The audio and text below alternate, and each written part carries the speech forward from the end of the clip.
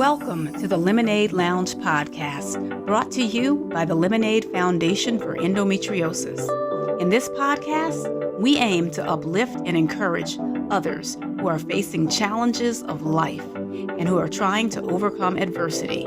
Join us as we share stories of resilience, strength, and hope, and provide a supportive space for those navigating life's challenges. Together, let's create a community of empowerment and inspiration. Welcome to the Lemonaid Lounge.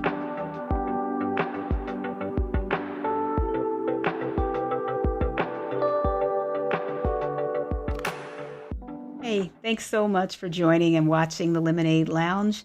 Today, we are going to jump right in and talk about compassion. Now, for those of you who don't know me, I'm Alice Terrell-Bryant, and I am a survivor of endometriosis. Endometriosis is a disease that affects 1 in 10 women and girls of menstruating age. It's actually really common, but most people have never heard of the disease. So today I want to just talk about compassion. Compassion is just having great concern for someone else. And for even if you don't know what their situation is, just having concern and care and regard for their well-being. I really want to focus on people who are going through an illness. Now, it doesn't matter to me whether you have endometriosis, whether you have cancer, heart disease, diabetes, whatever it is, you need compassion. Sometimes when you're ill, people tend to ignore you. That's one thing. They don't know how to deal with illness, so they act like you don't have it. And they expect you to be able to carry on the same way that you were before you had this illness. And that's what I want to talk about. So I look at myself and I promise God that if He allowed me to overcome my illness and to get out of the hospital, that I would always share my story. I was diagnosed with stage 4 endometriosis, and I ended up having a 9-hour surgery. During that surgery, they removed a grapefruit-sized endometrioma tumor from my liver that was causing my liver to fail. So I had a part of my liver, my stomach, my bladder, my intestines removed. They also removed my belly button, my appendix, my right fallopian tube.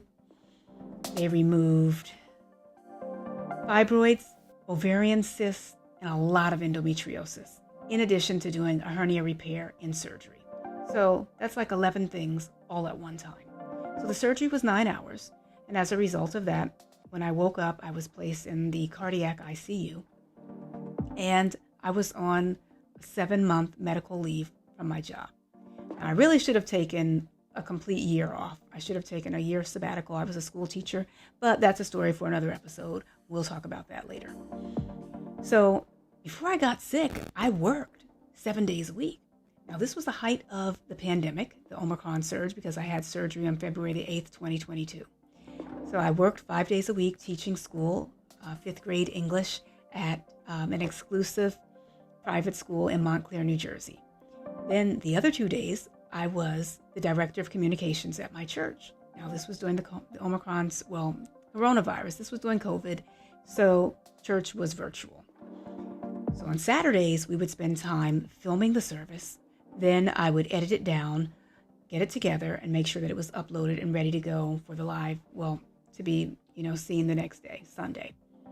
So when I knew that I was going to have surgery, I spoke to the pastor, who was my father, and I said, I'm going to be out. I need 5 weeks. There would be pre-recorded services, so anyone at home would be able to see the service. But those who wanted to see what was really going on would have to come into the building. Well, here I am. I've had my surgery. I'm back home. I'm completely bedridden. Now, I didn't tell very many people about the specifics of my condition because prior to being diagnosed, there was never a specific.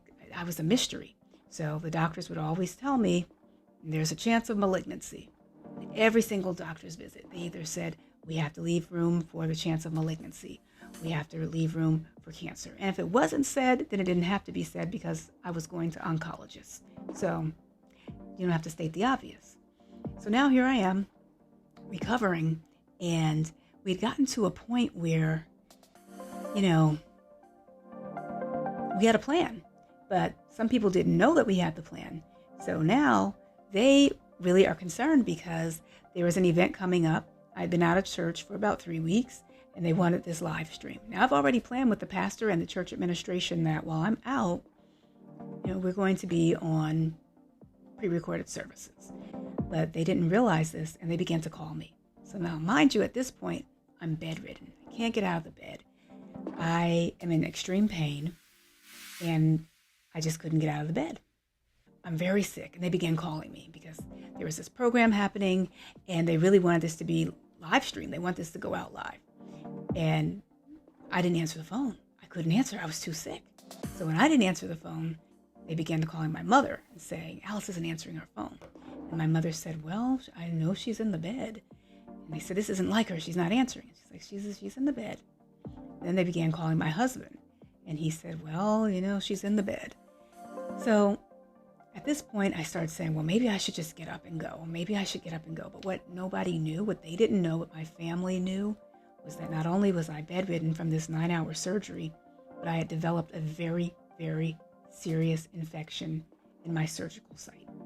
Now, mind you, when I was operated on, my surgery was so extreme that they operated on me laparoscopically first. And then when my doctor, Dr. Laura Liu, finished, the next set of surgeons, Dr. Yana Flarish and Dr. Joseph Rakuya, they came in and operated on me open. So I had 2 different types of surgeries at the same time. 10 days after surgery, I find out that I have a severe infection. And if you know anything about those type of wound infections, they have to reopen it, flush it, wash it with sterile saline water or saline solution. And for me, they had to pack it. Now, mind you, my surgery was in my abdomen. So they had to pack this. It was draining out fluid, and it was just, quite honestly, it was nasty. So I can't come. Now I started thinking to myself, okay, I've got to get up and just go to church. But I'm so grateful for the people in my circle who knew what was going on, who had compassion for me when I didn't even have compassion for myself. And I really wasn't in a position to think clearly to make a good decision. So my husband said, honey, you're not ready. You can't go. My sister said, there is no way you should be getting out of your bed and going. Because at this point, I was like, I'm just going to get up. I'm going to go in and I'm going to do the live stream. My father said, you're not ready. You cannot go. You're not well enough. So I listened to all of them, and they were right. Number one, I had no business going. I was not well enough to go. I was in extreme pain. I should not have been out of my bed. Number two, I had the open wound because they had to reopen it so it can now heal from the inside out. Or was it from the outside in? I don't even remember, but I just know they had to reopen it, and it was stuffed. I didn't need to be around people and expose myself to, more pathogens. So I didn't go. And thank God that they stopped me from hurting myself. Well, my point is, at this point, no one should have been asking me to come in and work, even if they didn't know. And they had no idea that I had this severe infection. They had no idea. But they did know that I had had this 9-hour surgery. So when you know that someone is dealing with a medical issue, do not ask them to come in and do what they did before. Understand that they need to be left alone to rest and to recover. And if they're well enough to come, then you let them make that decision.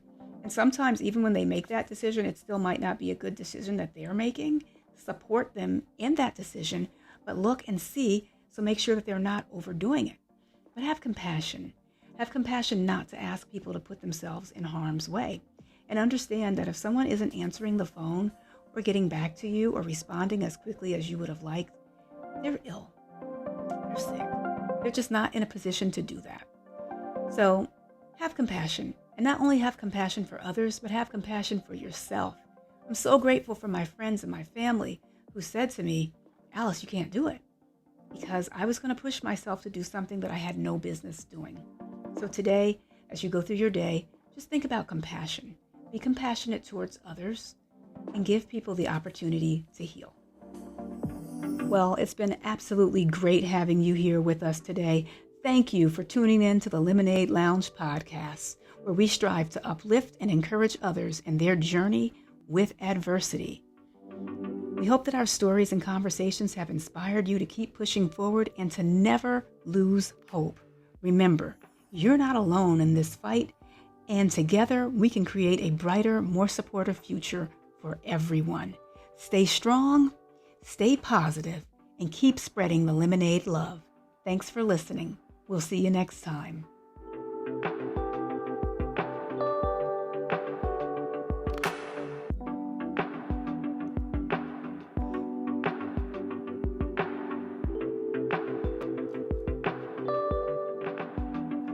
Hey, if you like this and if you enjoyed watching this, do me a favor, click that like button down below and don't forget to subscribe.